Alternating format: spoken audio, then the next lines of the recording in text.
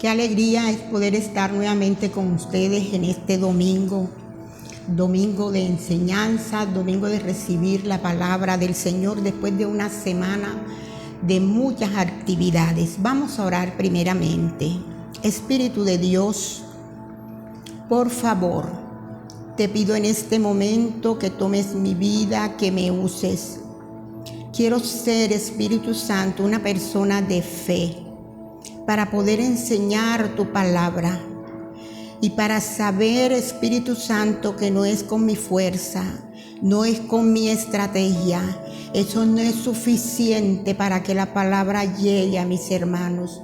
Hoy te pido que los bendigas, Señor, con un espíritu de sabiduría y de revelación, Padre, para que ellos entiendan lo que tú traes para cada uno de sus corazones. En el nombre de Jesús, amén, amén, gloria a Dios. Quiero dejar en sus corazones un pensamiento antes de empezar. Y es que el ser humano no nació para despedirse. Cuando usted va al aeropuerto, usted ve que hay dos sentimientos encontrados.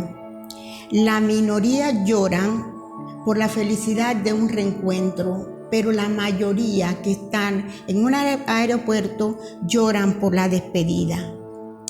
Y quiero enseñarles hoy que hay dos clases de despedida. Hay una despedida temporal, pero hay una despedida que es permanente. Las despedidas permanentes causan mucho dolor, y más cuando se pierde a un ser querido. Este dolor es indescriptible, porque allí en la fosa donde tú dejas a tu ser querido, tú también entierras en ese momento tus pedazos de sueños que has tenido con esa persona. Tú entierras tus sueños y tus ilusiones. Pero una de las cosas más lindas que yo veo y que yo encuentro en la Biblia es que Dios siempre tiene promesas para las personas que sufren, para las personas que han tenido estas despedidas tan dolorosas, para aquellos corazones que han quedado quebrantados. Y quiero dar una cita bíblica que sé que va a ser de mucha fuerza para las personas que están pasando en este momento dolor por muertes de seres queridos. Y está en el Salmo 34. El Señor está cerca de los que tienen quebrantado el corazón. Él rescata a los de espíritus destrozados. Amén. El Señor está cerca de los que tienen su corazón quebrantado y rescata a los que tienen su corazón destrozado. Hoy quiero dar mis condolencias a la familia Espinosa Jiménez y también a la familia Espinosa Lombana, porque perdieron un ser querido esta semana que pasó. Vamos a comenzar. En esta mañana yo quiero hablarles de milagro, porque el Dios a quien amamos, el Dios a quien servimos, el Dios a quien nosotros seguimos es un Dios de milagro. Es un Dios especialista en hacer milagro. Y a nosotros nos cuesta mucho explicar lo que es un milagro, porque un milagro es un rompimiento de la ley natural.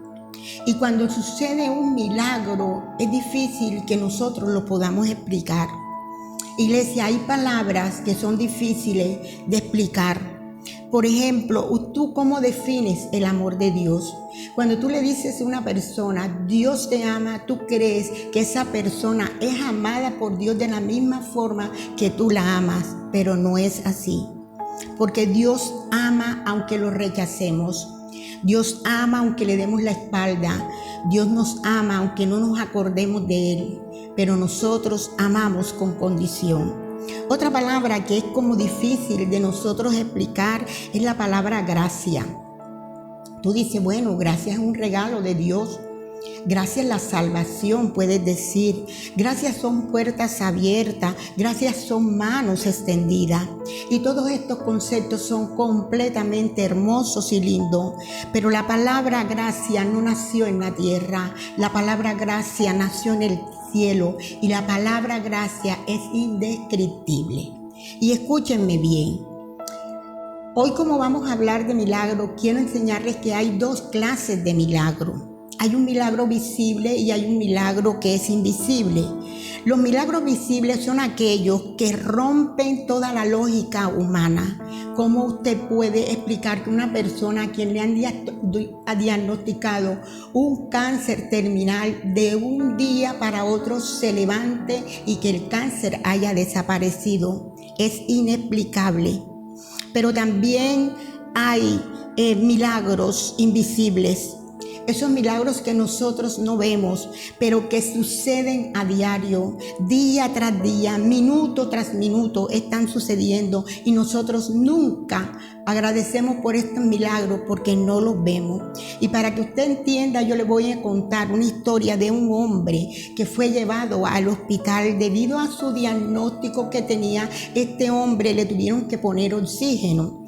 Al salir del hospital al día siguiente, cuando le mostraron la cuenta del hospital, el hombre se puso a llorar.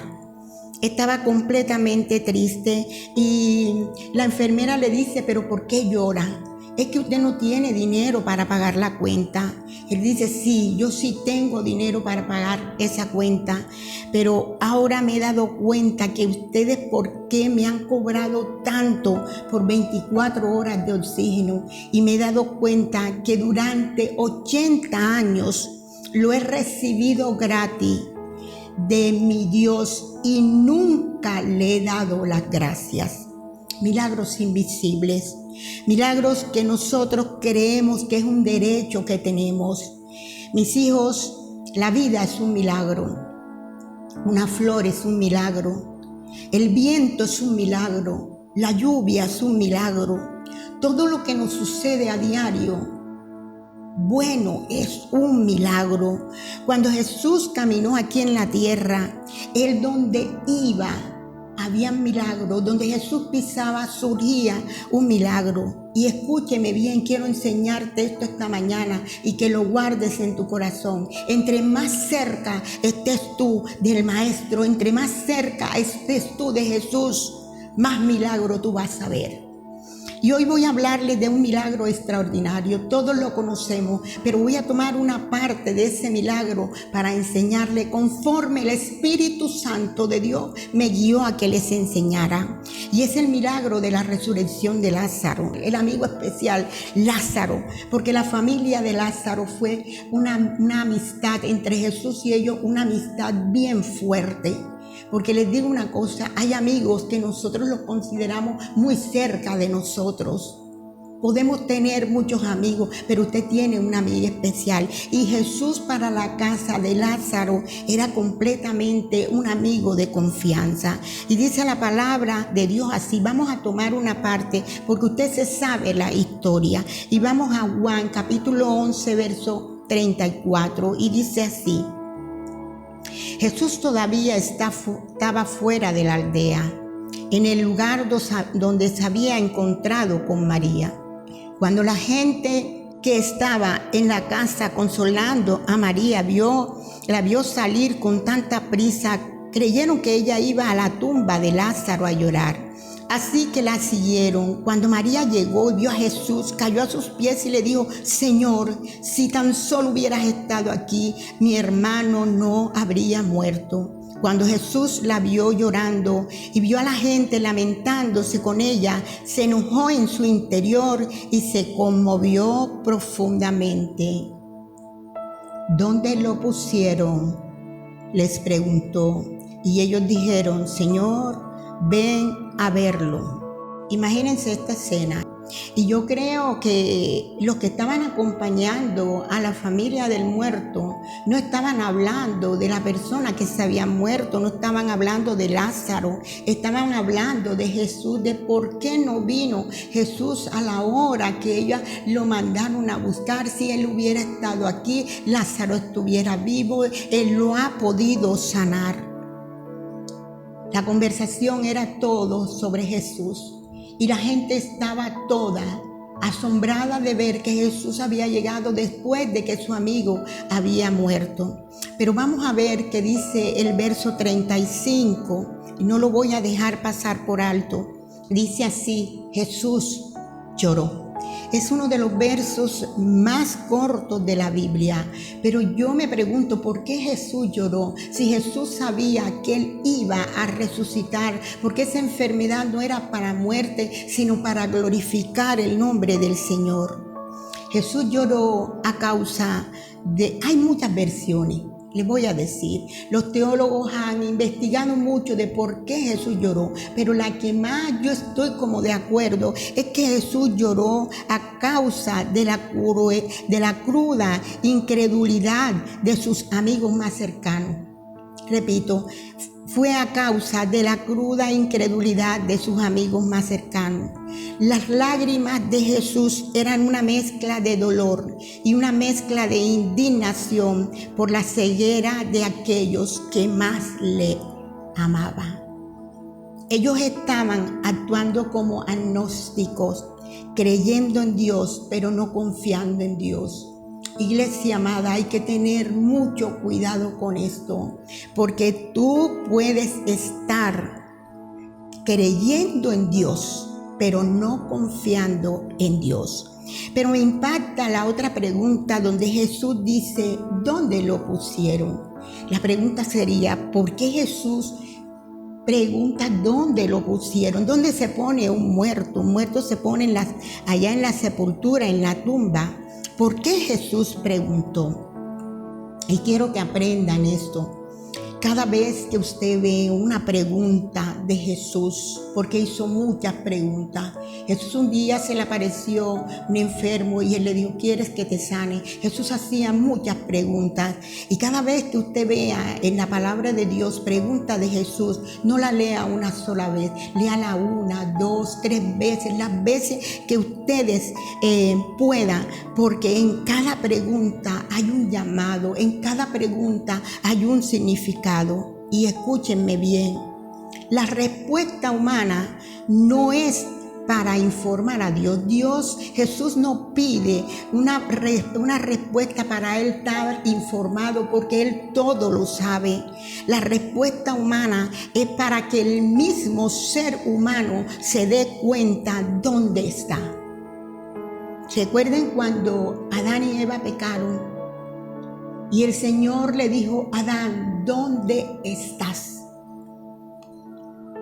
Era para que él se diera cuenta en qué lugar estaba ahora. La pregunta es, ¿dónde estás, iglesia? ¿En qué lugar estás? Vamos al verso 39 del mismo capítulo 11 de Juan. Dijo Jesús, quitad la piedra. Marta, la hermana del que había muerto, le dijo, Señor, hiede ya, porque es de 4 días. Esto me impacta y de aquí vamos nosotros a estudiar hoy. Jesús da una orden, quitad la piedra. ¿Ustedes creen que Jesús no podía gritar la piedra diciendo, piedra, ruédate? O soplar y la piedra saldría volando, y tal vez el milagro hubiera sido más estruendoso, más magnífico? ¿Ustedes creen que Jesús no tenía ese poder? Pero ¿saben por qué Jesús da esa orden, quitad la piedra? Porque todas las veces que Jesús interviene para que haya un milagro visible en tu vida, Jesús necesita de tu cooperación. Repito, todas las veces que Jesús interviene para que haya un milagro en tu vida, un milagro visible, Jesús necesita de tu cooperación. Y yo te podría dar miles de ejemplos sobre esto, pero voy a darte un solo ejemplo para que entienda. Un día el pueblo de Dios salió de la esclavitud de Faraón. Pero Faraón viene detrás, después que los dejó ir, viene detrás con todo un ejército. Y el pueblo de Dios se encuentra que llegó a un final porque hay un mar. No tenían para dónde correr, no tenían cómo salvarse. Y enseguida Moisés empezó a clamar al cielo, pero el Señor no dijo, mar, ábrete. Lo ha podido hacer, pero el Señor dijo, ¿qué tienes en tu mano? Usa lo que tienes en tu mano, coge la vara y extiende la vara. Les pregunto, ¿la vara de Moisés tenía poder? No tenía poder, pero Jesús siempre necesita para un milagro visible de nuestra cooperación. Iglesia amada, los milagros le acontecen solamente a aquellas personas que son obedientes. Milagro acontece a quien obedece. Dios nunca te va a pedir aquello que tú no puedes. Pero Dios nunca va a hacer aquello que tú sí puedes hacer. Lo que tú puedes hacer, Dios no lo hace. Dios hace lo que tú no puedes hacer. Para Jesús era fácil quitar la piedra. Muy fácil, pero Él dijo, quiten la piedra. Y yo vengo hoy a hablarles con mucho amor. El mayor milagro de Dios no es cuando un milagro ocurre en la naturaleza o cuando Dios sana a un enfermo o cura una enfermedad. El mayor milagro es el milagro de la salvación.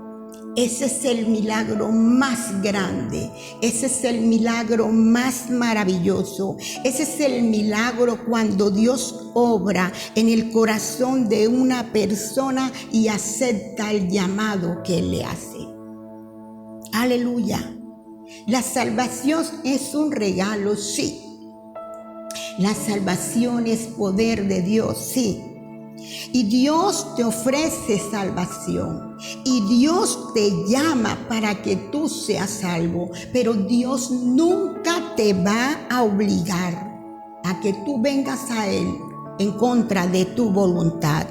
Y yo estoy hablándole no a simpatizantes solamente, no a gente que no es cristiana. Yo le estoy hablando también a la gente que es cristiana. El Espíritu Santo de Dios hoy le está hablando a los creyentes, a los no creyentes y a los simpatizantes. ¿Cuál es tu piedra? ¿Cuál es la piedra que no te deja salir del sepulcro? Todos tenemos diferentes piedras. Hay piedras de desobediencia, hay piedras de infidelidad, hay piedras de amargura. Pero ¿cuál es esa piedra que se interpone entre tu sepulcro y Jesucristo? ¿Cuál es esa piedra? Y hay una piedra grande que yo hoy vengo a darte a conocer. Hay una piedra que tal vez tú no has movido.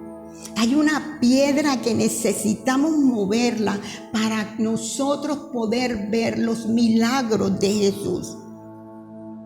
Y pastora, ¿cuál es esa piedra? Quiero saber de esa piedra. Y quiero que cuando conozcas esta piedra, no te quedes solamente como oidor, sino que te quedes como hacedor de esta porción de palabra.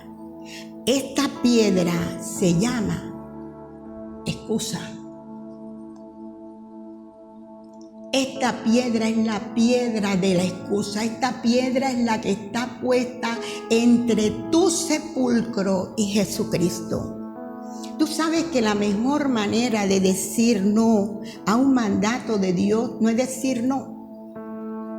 La mejor manera de decir no a un mandato de Dios es poner excusa. Por ejemplo, tú dices, bueno, me gustaría, vamos a la iglesia, a mí me gustaría, pero Jesús manda en su palabra esto, a mí me gustaría cumplir, pero me encantaría, tal vez la próxima vez, tal vez el mes que viene yo lo haré.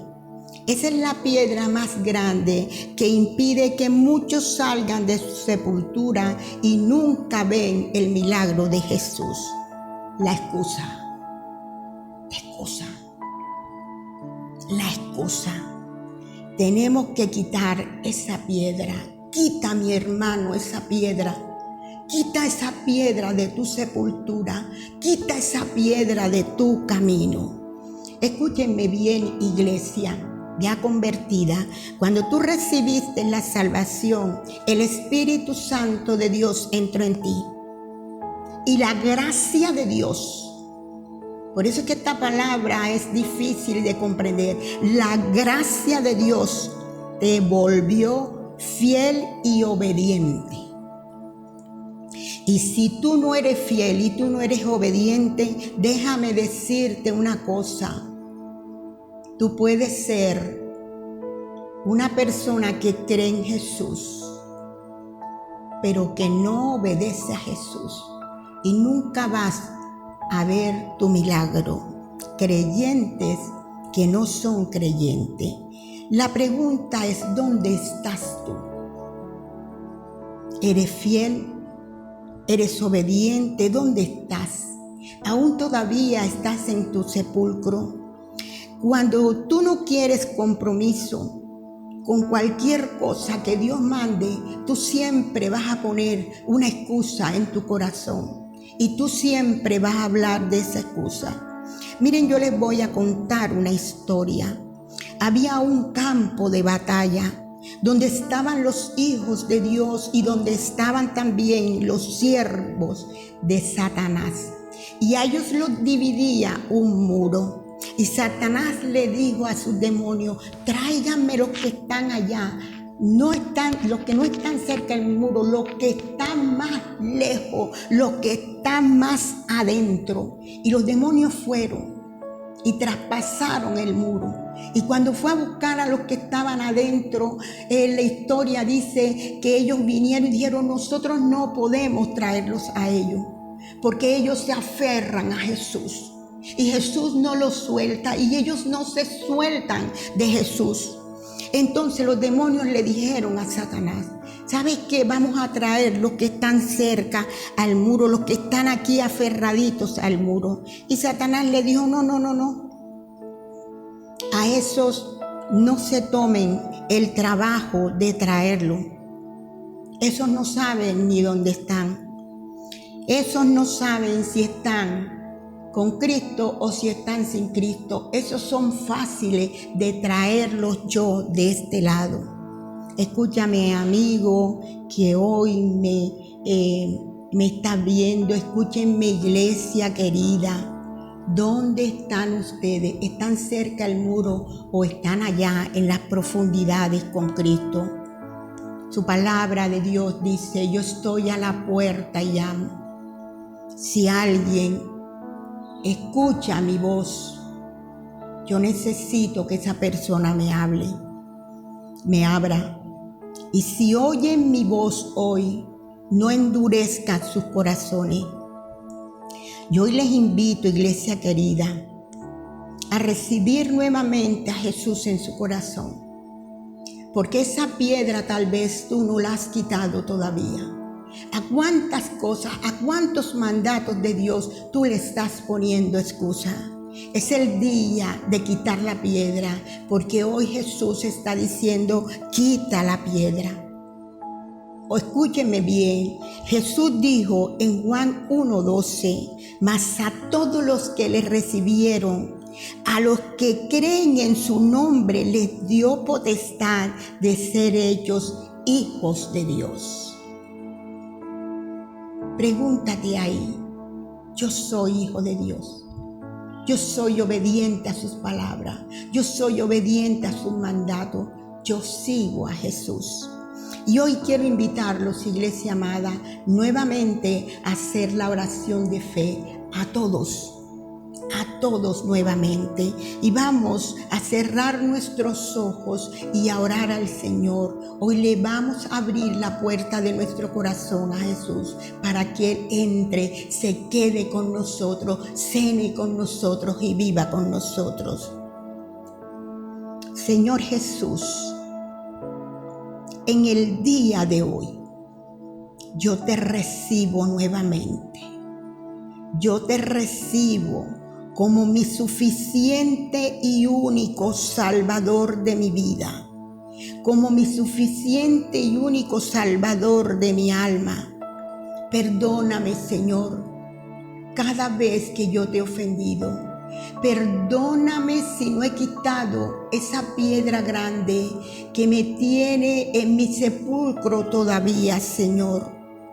Perdóname, Señor, por los pensamientos que yo he tenido, por las excusas que yo he dado. Perdóname por haberte ofendido, Señor. Lávame hoy, límpiame con tu preciosa sangre. Te pido nuevamente que escribas mi nombre en el libro de la vida, que borres mi nombre del libro de la muerte. Quiero ser obediente, quiero servirte, quiero caminar contigo, quiero que tú seas el centro de mi corazón. Así que hoy quiero recibirte nuevamente como mi único Dios, mi único Señor, mi único Salvador. Séllame con tu Espíritu Santo. Gracias, Señor, en el nombre poderoso de Jesús. Hermanos, Dios los bendiga.